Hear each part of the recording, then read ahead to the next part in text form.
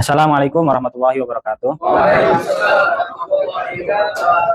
Alhamdulillah wassalatu wassalamu ala Rasulillah Sayyidina Muhammad bin Abdillah wa ala alihi wa sahbihi wa mawala.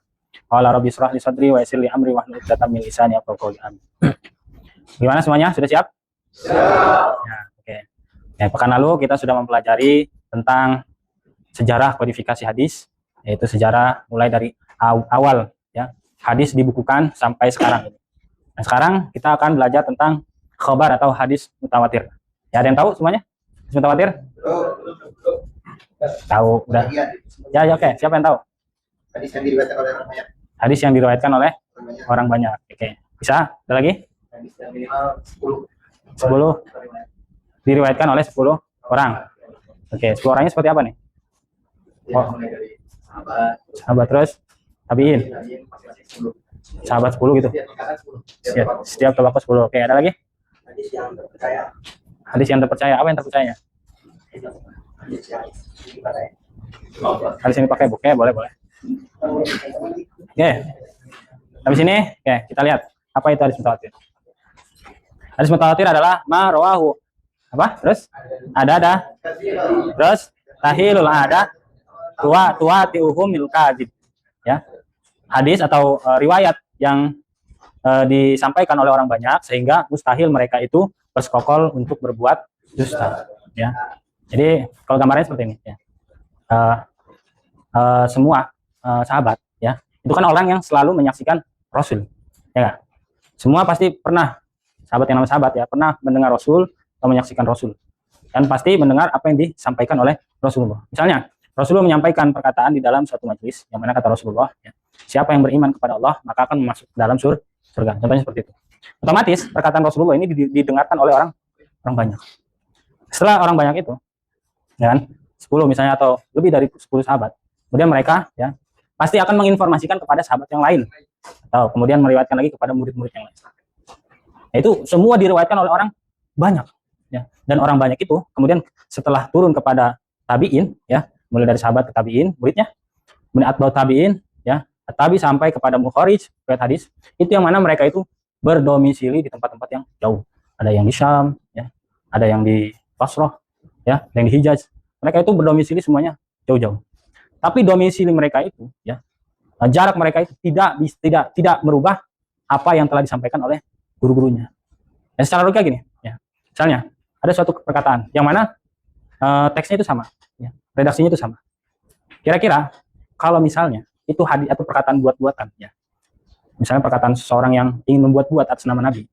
Kira-kira redaksi atau perkataannya itu sama atau berbeda? Gimana? Nah, pasti berbeda. Nah, itulah yang menandakan bahwasanya hadis mutawatir ini adalah suatu hadis yang diriwayatkan oleh orang banyak, tapi redaksinya itu tidak berbeda.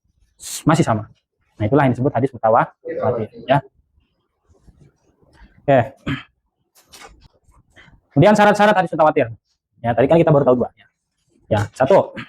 Syarat-syarat dari hadis mutawatir adalah diriwayatkan oleh orang banyak, dan juga terdapat beragam pendapat mengenai jumlah minimal perawi. Menurut sebagian minimal adalah 10 orang. Nah, ini yang tadi disebutkan oleh Pak siapa? Pak Maman, ya, Pak Maman, kata Pak Maman, ya, diriwayatkan oleh 10 orang, jangan pada setiap tingkatan tabaqah, ya. Ini menurut sebagian ulama, ya. Ada yang mengatakan misalnya lebih daripada khabar masyhur itu disebut dengan hadis mutawatir. Karena pada realitanya, ya, hadis mutawatir itu terkadang pada tingkatan pertama itu diriwayatkan oleh 1 orang, kemudian masyhur atau banyak. Jadilah hadis mutawatir. Kemudian contoh hadis inama amal binniyah, ya. Antum tahu semua hadis inama amal binniyah? Tahu, ya? Siapa perawi pertamanya? Selain itu ada lagi? Tidak ada. Apa kualitas hadisnya? Tawatir, ya.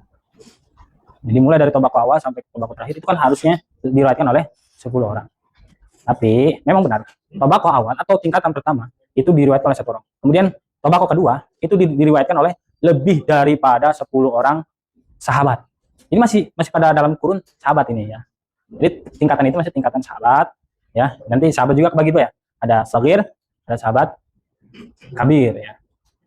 Sahabat yang awal dalam masuk Islam, sahabat terakhir dalam perjuangan Islam. Itu tadi ada jumlah minimal ya 10. Ada yang mengatakan lain kurang dari 10 juga bisa. Kemudian jumlah 10 orang ini harus ada pada setiap masing-masing tingkatan. Ya, dari sahabat, tabiin, asbab tabiin sampai kepada mukharrij ya. Sangat selektif. Makanya ya, nanti kita akan tahu bahwasanya hadis mutawatir ini hadis yang sangat kuat derajatnya. Karena kenapa? Karena itu memang susah ya, suatu hadis yang diriwayatkan oleh satu orang. Hadis diriwayatkan oleh banyak orang kemudian dengan redaksi yang sama ya. Nanti kebagi lagi ya, walaupun secara redaksi itu sama tapi maksudnya adalah maknanya atau nanti ada ya pembagian secara manawi dan secara lafzi. Kemudian secara adat dan kebiasaan mustahil mereka bertemu dan berdusta ya. Dan sanad atau perawinya adalah orang-orang yang paham atau menjaga atas berita tersebut. Ini syarat daripada hadis sahih ya. Yang tadi disampaikan oleh siapa yang belakang tadi ya. Itu orangnya yang meriwayatkan itu harus adil ya. Benar-benar memumpuni ya, fasih ya dalam meriwayatkan. Misalnya saya ada 10 perawi dari tingkatan pertama. Kemudian ada satu yang kurang fasih, kurang paham. Siapa? Misalnya ada perawi atau ada sahabat yang masih kecil ketika itu. Kemudian dia meriwayatkan hadis itu. Nah, itu tidak termasuk kategori itu. Ya. Baik. Sini ada pertanyaan? Nah. Oke, kita lanjut ya. Nah, ini sebagai gambaran ya. Ini kalian pasti sering dengar ya. Hadis man kadzdzaba alayya muta'ammidan falyatabawwa maq'adahu minan nar. Ya. Kalau antum teliti ya, riwayat hadis ini lebih dari 10, bahkan sampai 15. Kalau diteliti. Mulai dari tingkatan sahabat, kemudian turun sini. Nanti ininya enggak caranya enggak seperti ini ya. Gambarannya seperti ini. Misalnya ini sahabat pertama. Kedua, ketiga, keempat, kelima sampai ke 10. Kemudian diriwayatkan lagi oleh banyak lagi sampai 10 juga. Ini 10 juga. Ini 10 juga ya. Itu yang dimaksud definisi yang pertama ya. Tapi ada yang mendefinisikan cukup tabaqah pertama saja. Yang 10 orang. Ya. Diriwayatkan oleh 10 sahabat lebih ya. Kemudian diriwayatkan oleh orang banyak lagi ya. Enggak mesti ada 10. Jadi kalau antum teliti ya, ada kitab khusus tentang hadis-hadis mutawatir ya. Itu hadisnya cuma ada 300 berapa, enggak terlalu banyak ya. Hadis-hadis mutawatir. Dan di dalamnya itu kalau antum teliti ya, cuma ada beberapa hadis ya yang hampir sama kedudukannya seperti hadis man kadzdzaba alayya. Ya. Karena memang siapa namanya yang Syekh Jalaluddin Asyuyuti ya, dalam kitabnya Mutawatir itu. Beliau itu mengklasifikasi hadis-hadis mutawatir yang mana itu ada beberapa yang tinggi derajatnya ya. Nah, ini termasuknya. Hadis man kadzdzaba dari yang paling atas ya. Antum meneliti hadis itu. Oke, kemudian nanti bagi lagi ya. Hadis mutawatir ada yang secara lafzi, ada yang secara manawi ya. Kalau secara lafzi yaitu hadis mutawatir yang lafaz dan maknanya sama. Nah, seperti man kadzdzaba alayya muta'ammidan falyatabawwa maq'adahu minan nar.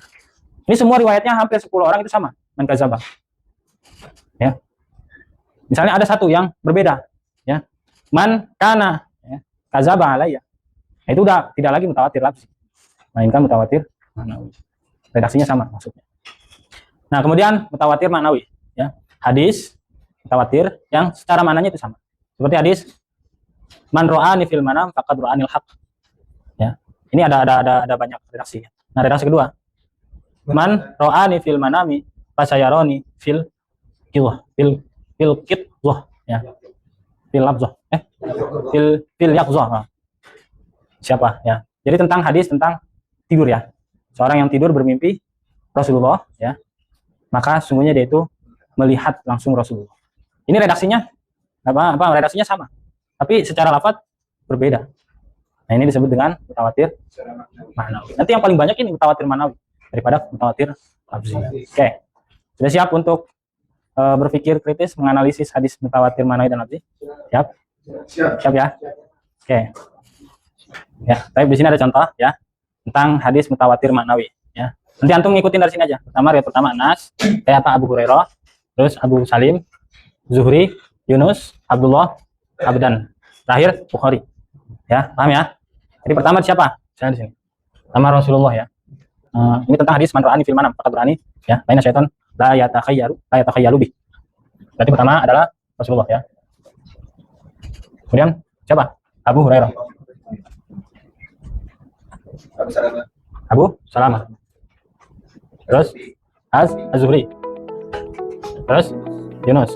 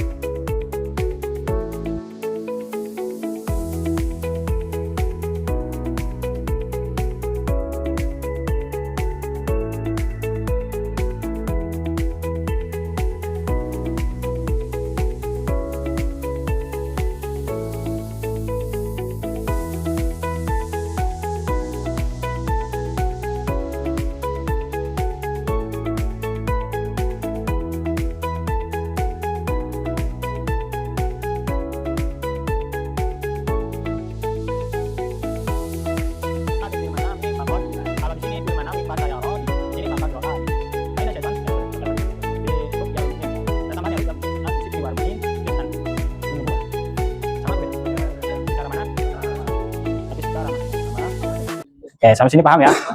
Ada pertanyaan? Ada pertanyaan? Silakan. Baik Ustaz, saya Rahim izin bertanya, kenapa dibagi dua menjadi hadis mutawatir maknawi dan hadis mutawatir lafzi? Kan kita sepakat ya bahwa syarat-syarat hadis mutawatir itu sikoh ya, hadir juga. Nah, kenapa di sini sudah pasti. Dan kenapa di sini berbeda gitu? Dari riwayat ini berbeda. Berarti dari sikoh itu berbeda dong. Maksudnya tidak, berarti dari segi hafalan apakah bermasalah dari hafalannya atau apanya gitu? Yang menyebabkan berubah mana? Yang bisa menyebabkan berubah teksnya gitu. Okay. Tapi dari segi makna sama. Tapi dari teks itu kenapa berbeda gitu? Okay. Terima kasih. Ya, ada yang bisa jawab? Oke. Ya, benar tadi. Memang yang menyebabkan berubahnya lafaz itu adalah karena sebab hafalannya. Contoh antum ya. Saya ngomong, besok kita main ke rumah Bang Rohim. Dari yang pertama sih ngomong, kamu kesini, yuk kita besok ke rumah main Bang Rohim. Ya masih sama tuh. Jeda 5 menit. Ayolah kita ke rumah Bang Rohim lah. Ada tambahan tuh, ayolah. Dari sini ke sini. Lagi sibuk nggak? Yuk kita ke rumah Bang Rohim. Tambahan lagi tuh, lagi sibuk nggak? Ke sini. Bagaimana? Lagi ada acara. Kalau nggak ada ya kita ke rumah Bang Rohim. Tuh tambah lagi tuh. Nah itulah ya. Karena masalah waktu ya, kontinuitas ya, pemahaman seorang perawi menangkap ya yang disampaikan ya, atau dobit ya, kelobitan kuatnya hafalan seorang perawi itu yang menyebabkan berubahnya riwayat tersebut. Namun secara kontekstual ya, mananya itu tidak berubah ya. Ya, mananya tidak berubah, tetap sama ya. Paham di sini? Oke, ya. Ini juga menjadi sebuah tauladan buat kita ya. Kita sebagai umat muslim, walaupun kita berbeda pandangan, berbeda prinsip ya, berbeda pemahaman ya, tapi tujuan kita tetap satu, yaitu apa? Lillahi kalimah, yaitu menegakkan kalimat Allah, yaitu beribadah kepada Allah Subhanahu wa ta'ala. Jadi makanya tidak ada ya. Tidak ada perbedaan yang sangat ya spesifik ya kalau masalah hadis mutawatir. Nggak ada perbedaannya, kedobitan, hafalan dan yang lain. Ya, bisa dipahami. Ya, kalau bisa dipahami, kita ketemu lagi pekan depan, kita membahas tentang hadis ahad ya.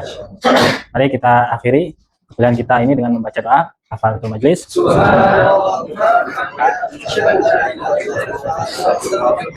Akhirul kalam, wa'alaikum minkum. Assalamualaikum warahmatullahi wabarakatuh. Waalaikumsalam warahmatullahi wabarakatuh.